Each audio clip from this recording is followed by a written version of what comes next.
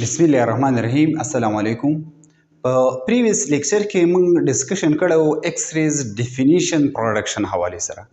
نه چې کوم ویډیو دا به زموږ سره وی پراپرټي اینڈ یوزز اف ایکس ریز.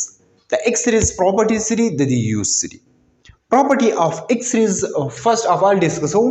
Property of X-rays کې first number point دی it travel in a straight line. د دې خبرې مقصد دا دی که فرض کا ایکس ریز د انوډ نه راوځي نو دا به داسې سټریټ راوځي مینس په سټریټ لاین کې به ځي په 90 انګل باندې. اولنی نمبر پوینټ پکې صرف په پراپرټي کې دا دی. دویم نمبر پوینټ پکې دا دی not deflected by magnetic and electric field. دا به magnetic field سایډ ته او electric field سایډ ته ډیپلیټ کیږي نه. دا پکې دویم نمبر پوینټ شو. تھرد نمبر پوینټ پکې څه دی نیوټرل ان نیچر، یعنی ایکس ریز به زموږ سره په نیچر کې سوي، یعنی د ایکس ریز چې کوم پراپرټي دي دا به سوي دا به نیوټرل وي. ٹھیک شو. دا به نه په الکتریک فیلډ چې کوم دی هغه به نه پازیټیو سایډ به نه اټری کې نه به نیگیټیو سایډ اټری کې. د دې خبرې مقصد دا دی چې دا نیوټرل پارټیکلز دي. ٹھیک شو. نیوټرل ریز دي. بیا زموږ سره 4 نمبر زموږ سره دی ابیلیټي ټو آینایز ګیس. لکه فار ایگزامپل یو ګیس دی، په یو ګیس باندې د ایکس ری سټرایک شو نو د دې نه به دا الکترون وباسي، مینز دغه ګیس په څه کوي آینایز کوي. 5 نمبر پوینټ دا دی دی can produce fluorescence. چې کله دا د NaCl سره څه شي سټرایک شي نو دا به څه پروډوس کوي فلورسنس. لکه فار ایگزامپل NaCl دې سټرایک شو فلورسنس به پروډوس کوي. ګلاس سره دا څه شي شو سټرایک شو نو دا هم فلورسنس پروډوس کوي. فلورسنس مقصد څه دی؟ د فلورسنس مقصد دی شاینینګ.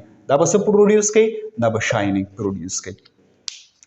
6 نمبر پوینټ دی they can be reflected or refracted phenomena. د دې خبرې مقصد دا دی لکه فار ایگزامپل زموږ سره داسې یو پلیټ دی، په دې پلیټ باندې داسې ایکس ریز راځي او په دې پلیټ باندې ولګي نو د دې پلیټ نه دا ایکس ریز باونس بیک کېدی شي. دې ته موږ څه وایو؟ ریفلیکټډ مینز ریفلیکټډ فینامنا پکې شته په ایکس ریز کې. بل زموږ سره ریفریکټډ دی. ریفریکټډ مقصد دا دی لکه فار ایگزامپل یو لینز لګېدلی وي او دا ریز داسې راځي نو دا د دې لینز نه داسې هغه سایډ ته پاس کېدی شي. دې ته موږ څه وایو؟ دې ته موږ ریفریکټډ وایو. یعنی ریفلیکټډ او ریفریکټډ فینامنا په ایکس ریز په دې دواړو کې دا پراپرټي پکې شته. 7 نمبر پوینټ سره ډایپریکټډ بای کرسټلاین سالډ. فار ایگزامپل یو کرسټلاین سالډ دی، په هغه باندې داسې څه شي دغه شي ورپریوځي نو دا به ډیفریکټ کېږي، مینز داسې خورېږي به. ٹھیک شو.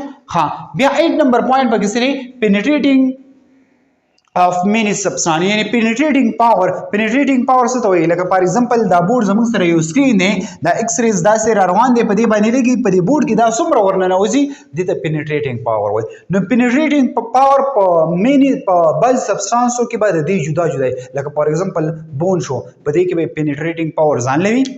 بیا زموږ سره سره غوښه شوه، په دې کې به پیریټریټینګ پاور ځان لوي. نو د دې اهم پوینټ دا دی لکه فار ایگزامپل ایکس ریز ما خبره وکړو نو د غوښې نه به پاس کېږي، د بون نه به نه پاس کېږي. نو دې ته موږ څه وایي؟ پیریټریټینګ پاور. یعنی په ډفرنټ سبستانس کې ما د ایکس ریز پیریټریټینګ پاور دا به ډفرنټ وي. 9 نمبر پوینټ they can be so black in photographic plate. لکه فار ایگزامپل تاسو چې کله ایکس ریز څه کوئ؟ ایکس ریز کوئ.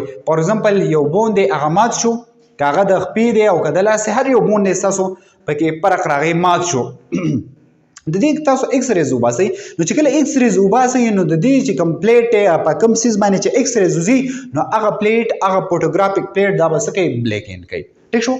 اوس راځو یوزز اف ایکس ریز. یوزز اف ایکس ریز کې فرست نمبر زموږ سره دی میډیکل یوزز. یعنی په میډیکل سایډ باندې د ایکس ریز یوزز سری لکه فار ایگزامپل فریکچر اف بون مات شي د دې لپاره یوز کی. لکه فار ایگزامپل په دې لاس کې په دې ځای کې یو بون مات شو او موږ ته پته نشته چې دا بون په کوم ځای کې مات شوی. ٹھیک شو.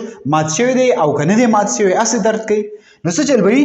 دا ایکس ریز دا په دې بون باندې داسې څه کې د دې به ایکس ریز وباسي نو دغه ایکس ریز کې د بون پته لګي چې دا په کوم ځای کې مات شوی دی، مات شوی دی که نه دی مات شوی، او مات شوی دی د دې ځای نه ډېر خوځېدلی او ډېر نه دی خوځېدلی نو دا په ایکس ریز په څه دا میډیکل یوز دی د ایکس ریز به، یعنی د بون پریکچر به څه کې موږ به پې فایند آوټ کوو، موږ به پې معلوموو. سیکنډ نمبر یوز دا دی اټ از یوز for XRD analysis. دا XRD analysis لپاره XRD analysis مقصد سره X-rays diffraction analysis مقصد دی.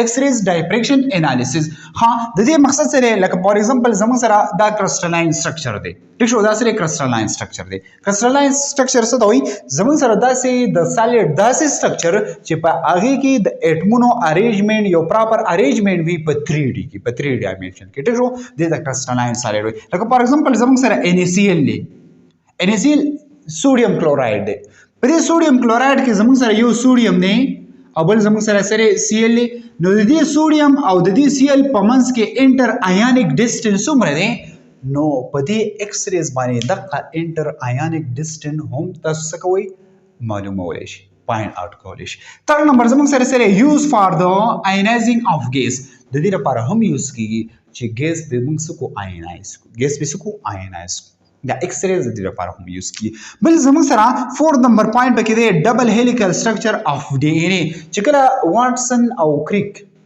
څه چلو کو د ډي ان اے چې کوم ډبل هیلیکل سټرکچر فایند آوټ کو نو دا ډبل هیلیکل سټرکچر دای په څه باندې فایند آوټ کو دای په ایکس ریز باندې فایند آوټ کو نو دا په ډبل هیلیکل سټرکچر اف ډي ان اے کې هم څه یو څه ډیر اهمیت لري یعنی د دې ایکس ریز په بیس باندې دا ډبل هیلیکل سټرکچر واټسن اینڈ کریک سکو د ډي ان اے ډیسکوري وکړه میز ډبل هیلیکل سټرکچر چاله ورکو میز ډي ان اے لا چې د ډي ان اے ډبل هیلیکل سټرکچر دی د پراپرټیزو او د یوزز د چا د ایکس ریز